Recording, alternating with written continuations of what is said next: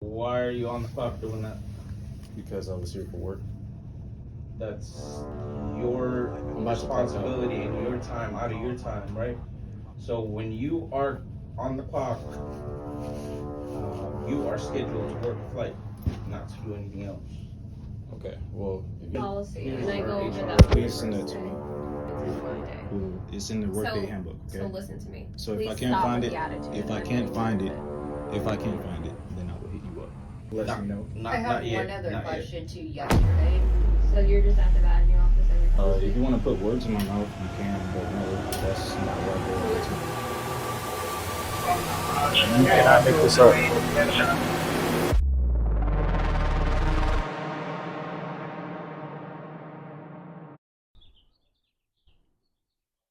Am I wrong for telling off my managers? Please let me know. Because look, in my opinion, you know what? I'll get into that later.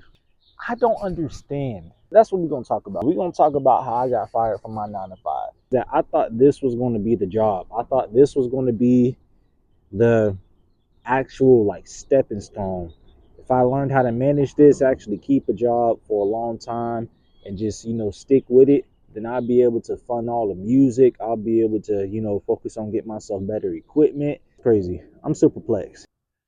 So on November 22nd of last year, that's when I had got hired. But January 19th of this year, that's when I got fired. About 2.5 months is kind of crazy on the resume, so we might have to call it quits on the 9 to 5s. The Bible says the truth will set you free. So I just want to go ahead and say that I was already pissed off the entire time that I was there. Maybe after like a month or so, because I felt like they was playing with my schedule. They was playing with my hours and stuff. The biggest pet peeve of mine is basically when employers basically hire you and they demand all of this transparency and have all these expectations on you, but as soon as you get on their bad side and as soon as you piss somebody off, then they have this little favoritism game that was going on. As an employer, you kind of like mislead your employees, which kind of like allows or makes room for people to actually come in and start manipulating the system when you're doing that to your employees that you want to be accountable and integrable. What I think happened is that they hired everyone just so that way they can get everybody to work their most busiest holiday season and time of the year, so that way the managers can be able to get their time off with their families, yada yada yada. And then when things start slowing down, they can pretty much just give you the boot, pretty much get the job. And I'm already getting in front of the hiring manager, the HR recruit, the GM, and also pretty much the scheduling manager at the time, but he switched to become one of the ramp managers. So I'm doing all of that, letting them know exactly, what's my schedule. And they're like, all right, cool. But you still can, work all the unlimited hours that you want. So we actually get to the actual part where I'm actually working on a temporary badge to where I still need escorts to be able to go throughout anywhere in the airport, as long as it's not in the common area. I mean, as long as it's in the common area, I can pretty much, stay there, but I need escorts wherever else that I'm going. So show up to work, putting off when I can actually go get my badge up until the points where I actually get it. This happens. I'm starting to see the managers are actually like down and monitoring everybody, but then also working flights, which makes no sense to me. Just pretty much a lot of jobs, they have a lot of drama. And I already told them from the get go that I wasn't here for the drama. I was just trying to come in and work and be able to go home. So of course they're telling me like, hey, you might as well go ahead and find you a second job, because once come summertime, because things slow down, because we in the desert and it's too hot, nobody wants to come to Arizona unless they live here. That's when they're gonna start cutting people hours and stuff. I'm just like, okay, cool. Well, I'm still gonna work here and I'm still gonna, figure out everything that I need to figure out as soon as possible. The airport that I was working at only contracts with a few big airlines like Air Canada, Delta Airlines, you got Southwest, and then American. This is still an airport, so I'm expecting to be able to work all of the unlimited hours that I wanted to work. So it was a decent paying job and everything, and I'm just like, okay, like I'm actually finna get to this bag. Like I'm actually about to handle my business, and we, finna come up. You know what I'm saying? Like, yeah. Yeah, here's the tricky part. For the sake of not gossiping, but also making sure that I protect the confidentiality of these people, I'm going to give them nicknames. So we have Sarah, the HR recruit, we have Betty, the GM, and then we also have Boss Baby. as the scheduling manager. So we go home right in on Boss Baby because as a white badge at the airport, you can't go anywhere without an escort of someone who has a different badge coloring or also badge, seal of some sort. During the early parts of the hiring process, I was told that you can't work certain airlines, and certain airlines and also the actual customs at the customs department in the airport won't allow you to be able to come in contact with certain people that are leaving in and out of the country because it's for border control. So it's the federal government. Mind you, I'm working certain flights. And then I told the manager that I didn't want any type of favoritism, but I went ahead and took the opportunity because I was trying to get some money. Lo and behold, they start trying to mess with my hours. So this is why I say it was very hypocritical of me to pretty much do what I did, because we actually get to the point to where somebody else is actually trying to start working the same amount of hours that they seeing that I'm putting in, and these people got kids, and it's just me. But at the same time, it's just me, and I'm trying to get mine. We have Sarah. I'm sorry, no, not Sarah. We have Betty, the GM, that's actually trying to take up for me in a sense. And I'm just like, okay, yeah, that's cute and all, but that's also unfair.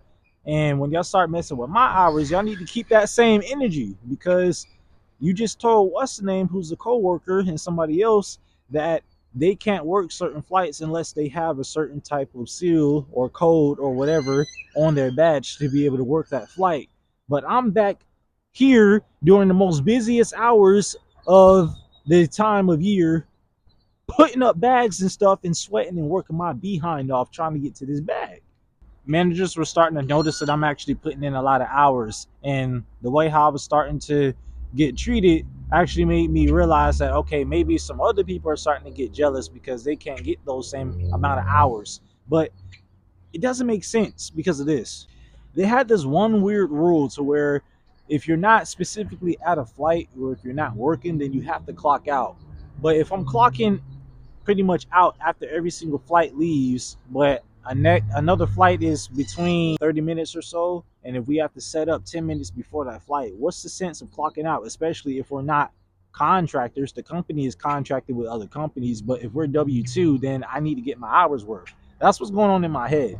It's a national holiday, so I'm up there all hype, you know what I'm saying? I got my emotions and my ego and everything feeling good because we finna get to this bag, you know what I'm saying? Like, it was funny. It was funny. That's when I knew Boss Baby had a problem with it, because I think what was the issue was that other people were trying to get the same hours I was trying to get, but also I knew and peeped their game that they were trying to play, at least I think, and I wasn't trying to go for it. So, I skeezing it with a little bit of skeezing, you know what I'm saying? Like, I was feeling good. I was feeling myself, you know what I'm saying? And I was not trying to go for that. Especially when dude sat up here and said that in order for me to be able to work anymore from this point on, I needed to text him, get clearance from him, and also like have it on my schedule. So Mr. Shalom is not trying to hear none of that. So that's the first red flag. The second red flag was Betty, I was telling you about. So the third red flag, which was probably about 6 or 7 of them by now, but the third red flag that we're going to talk about is the actual day that I got fired. So I pull up to work, and before I actually start working, I'm clocked in. So I already know you ain't supposed to be doing certain things on your personal time. You're supposed to be working. But me, I took it upon myself to go see my uncle, who I ain't seen in a few years, but I didn't tell anybody that. So that's me. I'll take the L for that. So I show up to work, I see my uncle. Next thing you know, I actually come to the flight, and no one pretty much, has a question or worry about where's. I know it looks like I spent the whole day talking and trying to make this video, but it actually took like a month in order for me to do. So that's why you guys are seeing a whole bunch of time changes. But to the part where I'm actually in the office. So we actually get to the part to where I pull up in the office, and I'm just sitting here like this. Just pretty much just looking around.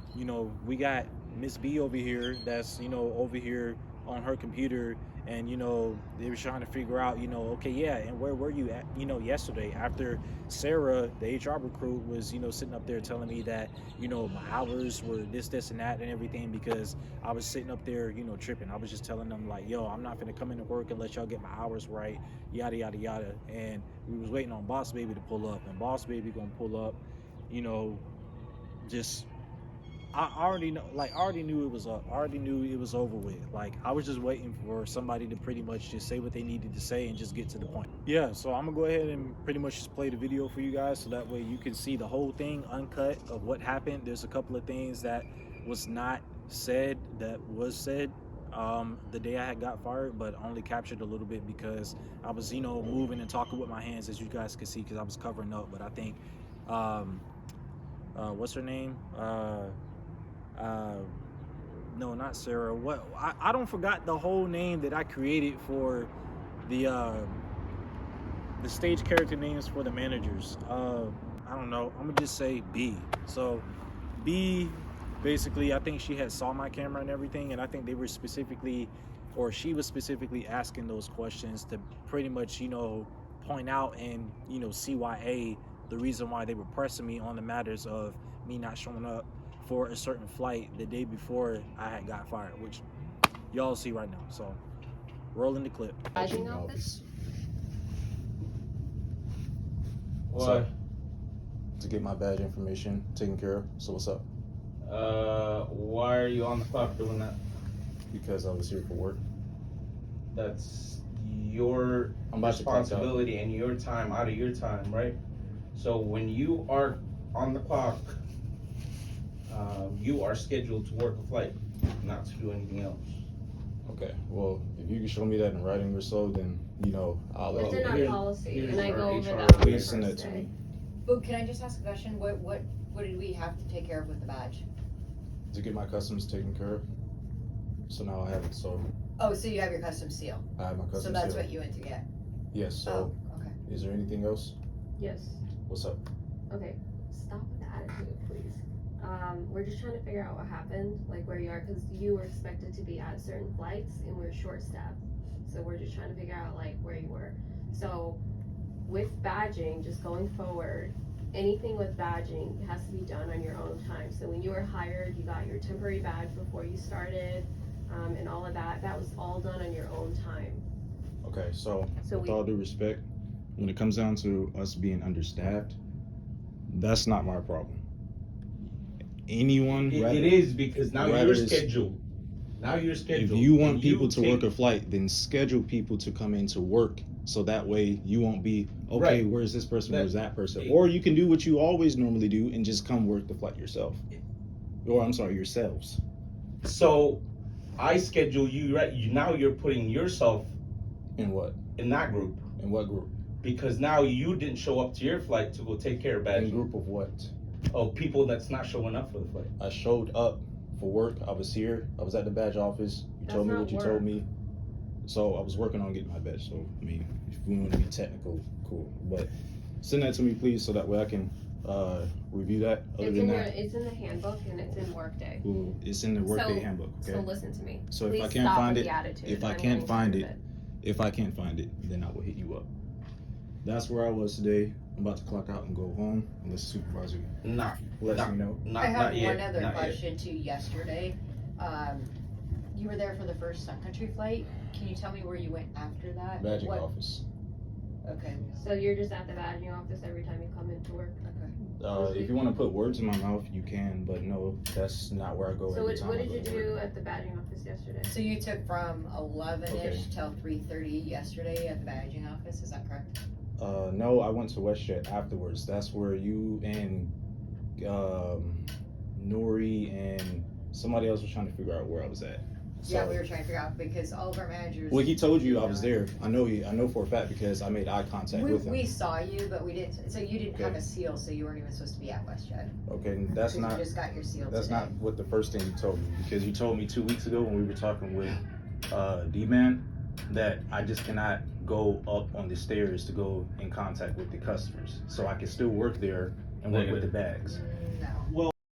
Okay, things almost get aggressive because as I'm trying to leave, literally, Sarah, the HR recruit that I told you about, literally gets up and puts her hand on the door as I'm literally trying to leave. And I'm just like, bruh, hold up now. I was expecting Boss Baby to do that, but Sarah did it. So instead, I pretty much had my hand on the door, and I'm just like, bruh, I'm trying to get home. It is what it is.